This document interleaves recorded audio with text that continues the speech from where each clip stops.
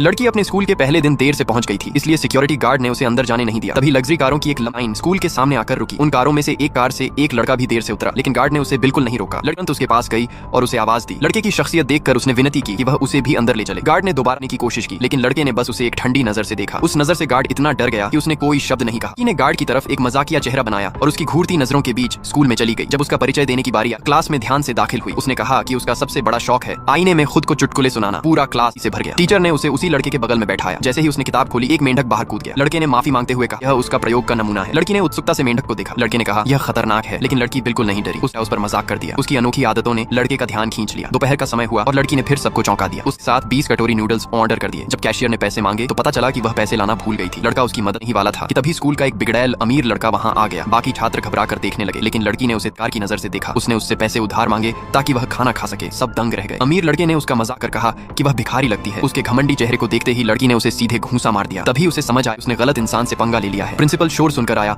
और बिना सुने ही लड़की पर दोष डाल दिया। वह उसे डांटने भी एक और लड़का आगे आया। उसने साबित किया कि गलती लड़की की नहीं थी। प्रिंसिपल गुस्सा करने वाला था, लेकिन जैसे ही उस लड़के का चेहरा देखा, उसका रवैया पूरी तरह बदल गया और उसने माफी मांग ली। लड़की ने उस लड़के का धन्यवाद किया। वह मुस्कुराया कि बदले में उसे उसके साथ खाना खाना होगा। लड़की शर्माई और बोली, उसके पास पैसे नहीं है। लड़के ने उसका हाथ पकड़कर कहा, वह देगा। लड़की ने एक बार में ही 20 कटोरी नूडल्स खा लिए और फिर भी भूखी लगी। लड़का हैरान रह गया और उसने अपना खाना भी उसे। किसी ने नहीं सोचा था कि उसकी भूख इतनी होगी। लड़की ने बताया कि उसके माता पिता नहीं है और वह अकेले बड़ी हुई है। लड़के को उसके लिए दुख हुआ। उसने कहा, अब से जब भी उसे किसी चीज की जरूरत हो, वह बस उसके पास आ जाए। लड़के को देखते हुए लड़की को महसूस हुआ कि वह शायद प्यार में गिरने लगी है।